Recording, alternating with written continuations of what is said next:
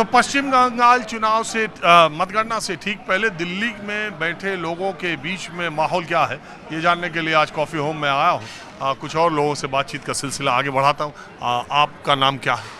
मेरा नाम गौतम सहगल। गौतम सहगल। सहगल साहब, आपको क्या लग रहा है बंगाल के बारे में? कुछ स्टडी, कुछ प्रेडिक्शन? एक लॉ ऑफ एवरेजेस के हिसाब से बीजेपी को आना चाहिए इस बार, काफ़ी अच्छा चांस है। कपल्ड विद जो SIR का रिज़ल्ट है, और दूसरा एक फैटीग लेवल भी होता है, दूसरा एक हिंदू बैकलैश है जो दबा पड़ा था गुंडई की वजह से, कह लीजिए जिस वजह से कह लीजिए, एक दबा हुआ आक्रोश निकल रहा है जो हमें लगा। तो चांसेस अच्छे हैं कि बीजेपी इस बार पावर में आ जाएगी। आपका क्या विचार है? साहब मैं तो बस बीजेपी आना चाहिए बंगाल में। इनके अत्याचार खूब देख लिया हूँ, इसके अलावा मैं कुछ नहीं कहना चाहता, क्योंकि बीजेपी आने से जो है ना वहाँ के लोगों को थोड़ा बहुत ही बड़ा विकास मिलेंगे। ममता बस सिर्फ कह रहे भाई काट पार यही सब, ये ना चलबो ये ना चलबो, ये सब कोई ज़रूरी है? नहीं सर इनका रहना तो बेकार ही है। देखिए, इच्छा अलग चीज़ है, क्या होगा ये अलग चीज़ है। सर मुझे तो लगता है कि इस बार की परिस्थितियां कुछ अलग हैं, ना बीजेपी और ना ममता। मुझे तो लग रहा है कि इस बार जो है ना हंग विधानसभा आएगी। इतना क्लोज फाइट आपको लगता है? सर दोनों तरफ से बराबर के जोर लग रहे हैं, पूरे जोर लग रहे हैं, और उसमें यदि थोड़ा बहुत भी इधर उधर हो गया तो बस फिर यही है कि बहुमत किसी को नहीं मिलेगा। मुझे ऐसा लग रहा है, या तो 10-5 सीटें उनकी कम हो या 10-5 सीटें इसकी कम हो, किसी तीसरे को मिल जाएंगी। हो सकता है कांग्रेस को भी मिल जाए, हो सकता है। तो ये जो है हंग जो है, नहीं मैं बहुमत की बात नहीं कर रहा हूँ। कांग्रेस को 2 से 4 दिखा रहा है जिन पोल में, वो 4 सीट में क्या करेंगे? यहाँ पूरे बहुमत बीजेपी को दिखा रहे हैं, उनमें कांग्रेस को क्या फायदा? ये अपना झोली टांग करके कहीं घूमता रहेंगे, इनका कोई नाम निशान नहीं है कहीं। तो भी 5 सीटें भी मिल गई, और उधर जो है वो 5-7 किसी की कम रह गई, तो वहाँ फर्क पड़ेगा। मतलब कम जरूर रहेंगी, ऐसा मेरा मानना है। नहीं, वो तो जो पार्टियां हैं, ममता को भी AMIM जो उसकी है, ओवैसी की है, और एक दूसरे वहाँ है जिनकी अपनी पार्टी है, वो लोग भी कुछ एक सीटें तो ले जाएंगे। उनको नहीं मिलेगी। एक नहीं ममता और बीजेपी बराबर है, लेकिन जो थोड़ी कम होंगी वो तीसरी उसमें हो सकता है कांग्रेस, ऐसा ही हो सकता है। वो लोग किंग मेकर बन सकते हैं आपके वाली अवस्था में। कोई छोटी पार्टी किंग मेकर बन सकती है, पर हमें जो भी ट्रेंड देख रहे हैं उसके हिसाब से हमें लगता है कि बीजेपी पूर्ण बहुमत ले लेंगे, और होना भी चाहिए। सर देखो, चाहिए तो अलग बात होती है, लेकिन परिस्थिति जो बनी हुई है उसके अनुसार, मतलब लोग कहते हैं कि मशीनों का ये फलाना ठिकाना, इस बार की परिस्थिति अलग है। मशीनों को छोड़ दीजिए। मतलब मेरा पूरा आकलन ये है कि मिलीजुली सरकार वहाँ इस बार बननी है, ममता की भी नहीं बननी, मिलीजुली सरकार बनेगी।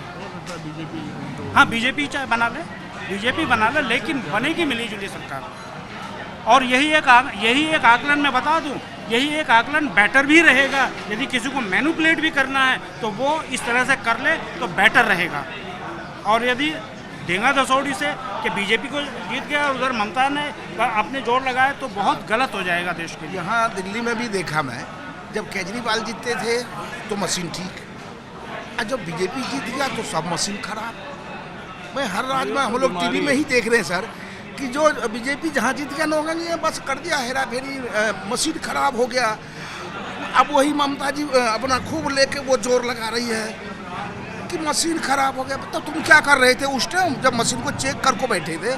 क्या उस टाइम नहीं नजर आया था? उस टाइम भी तो तुम्हारे अफसर, तुम्हारे पब्लिक खूब इंक्वायरी करको, उस टाइम मशीन ठीक था। आज जब इलेक्शन में हार हो जाती है तो मशीन खराब हो गया है। अब थोड़ा दूसरे टेबल पर चलते हैं, और अब मैं उस टेबल पे आ गया हूँ जहाँ के चेहरे कुछ एक आप पहचानते भी होंगे, और इन लोगों के चेहरे की हवाइयाँ तब उड़ जाती है जब एग्जिट पोल में भारतीय जनता पार्टी को बढ़त मिलती दिखती। किसी भी चुनाव के नतीजे आने से पहले भारतीय जनता पार्टी जीत जाएगी, इस आशंका से ही इन लोग मायूस हो जाते हैं। तो एक बात है, 2014-24 के नतीजे एग्जिट पोल जब आए थे और उसके बाद हम आए थे, तो आप लोग ये कह रहे थे कि ऐसा नतीजा नहीं आया। नतीजे जैसे आए, सरकार बनी बीजेपी की, बावजूद इसके भी विपक्ष वाले बहुत खुश थे। यानी सरकार बीजेपी की बनी, लेकिन विपक्ष इस बात के लिए खुश थे कि चलो कम से कम फुल मेजॉरिटी या 400 पार नहीं हुआ। मतलब पहली बार ऐसा हुआ कि सरकार रिपीट कर रही है और विपक्ष खुश है। 11 साल बाद और 10 साल बाद। तो ये जो एग्जिट पोल आया है, अगर यही नतीजों में तब्दील हो गया तो क्या होगा? संभावना कम है। उसका कारण है 2021 का और 2026 के चुनाव में बंगाल में जितनी मजबूती से बीजेपी लड़ी थी, मैंने अपना एहसास है मेरे को, बहुत ज़्यादा इस बार नहीं लड़ पाई। सच्चाई तो यह है बीजेपी पे ग्रास रूट का वहाँ वर्कर नहीं है। और जैसे तामझाम होता है, कोई देसी विदेशी कोई वो आता है, कहते हैं हमलावर आते हैं, बाहर के लोग आए, लोकतंत्र है, ये तो चलो शुक्र है। बहुत से लोग कैंडिडेट बहुत अच्छे नहीं है, एक तो पहली बात इनके पास। और मेरे को तो ऐसा लगता है कि हिंदुस्तान का पूरा आरएसएस या लगा लो बीजेपी के खिलाफ जो एक सोच बनी हुई है, तो सिंबॉलिक है ममता जी। और पूरा हिंदुस्तान ममता जी के सपोर्ट में खड़ा है। और ममता जी के जो आइडियलेशन आदर्श हैं, संघर्ष की क्षमता है, फाइट करती है, करप्शन से कोसों दूर है, कॉमन आदमी की बात करती है, वहाँ का ऐसा कुछ नहीं था बीजेपी। अरे ममता दी ने कब आरोप नहीं लगा, लेकिन उनके मंत्रियों के तो घर से पैसे बरामद हुआ है।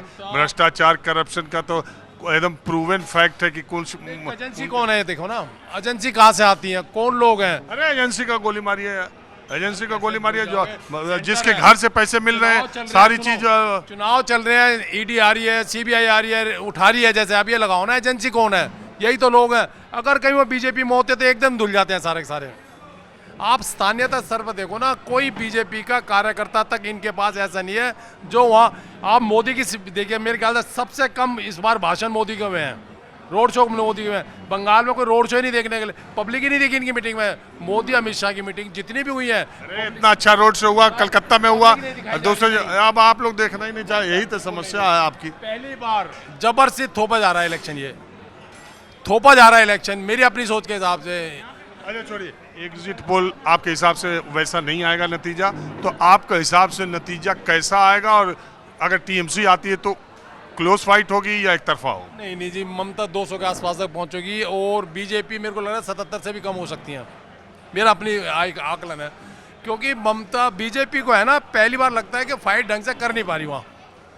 और ममता जी की बात नहीं है, देश इस टाइम एक तरफा सोचता है कि इस टाइम है ना मुक्ति चाहता है। और ममता अगर आ जाते हैं तो हिंदुस्तान में एक नई उम्मीद आशा जगेगी। कल के शायद सेंटर में हमें कुछ संभावना लगी है। और वहाँ के कार्यकर्ता टीएमसी वगैरह के कह भी रहे थे कि आने वाले कल के लिए पार्लियामेंट के लिए चुनौती है।